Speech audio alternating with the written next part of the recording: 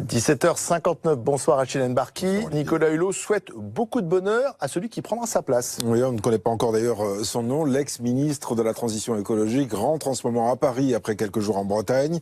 Et il s'est confié à Caroline Dieudonné sur le quai de la Gare. C'est un document BFM TV.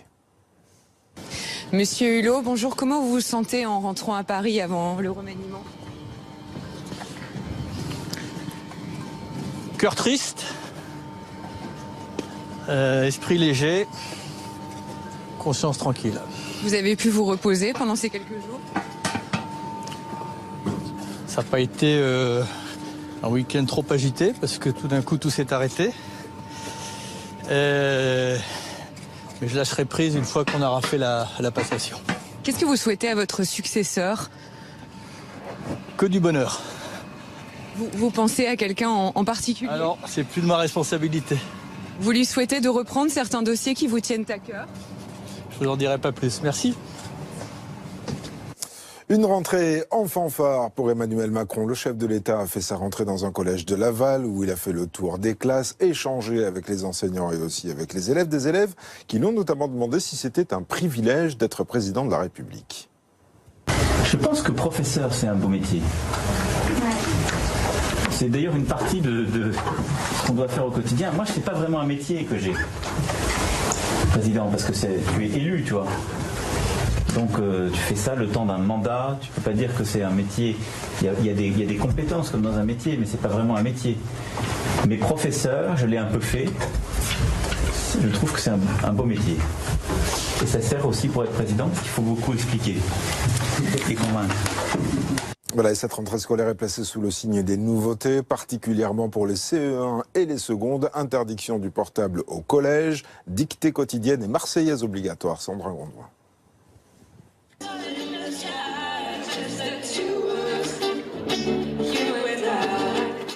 La musique adoucit les mœurs et pour la deuxième année consécutive, les élèves, collégiens, lycéens font leur rentrée en musique, comme ici à Nice au lycée Masséna.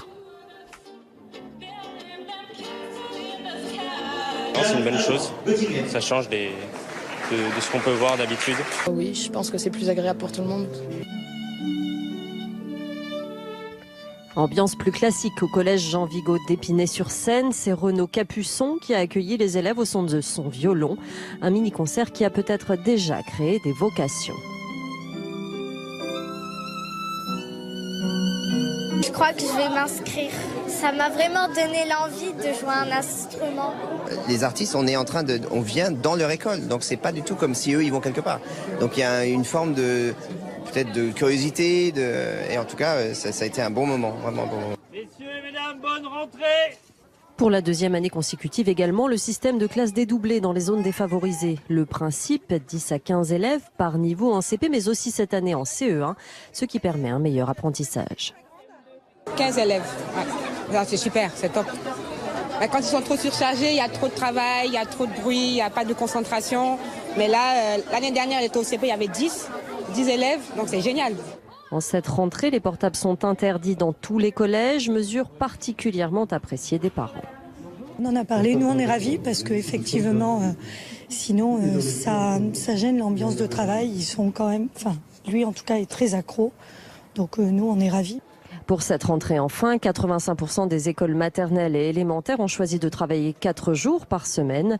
Une liberté accordée aux maires par le ministre Jean-Michel Blanquer dès son arrivée rue de Grenelle.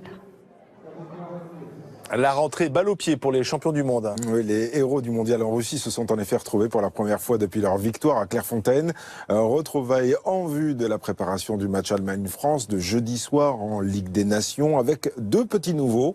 Benjamin Lecomte pour remplacer Hugo Lloris, qui est blessé, et Benoît Costilly pour lui remplacer Steve Mandanda, lui aussi blessé. Quel temps demain? Ce sera nuageux au nord, un temps de rentrée, et même parfois pluvieux.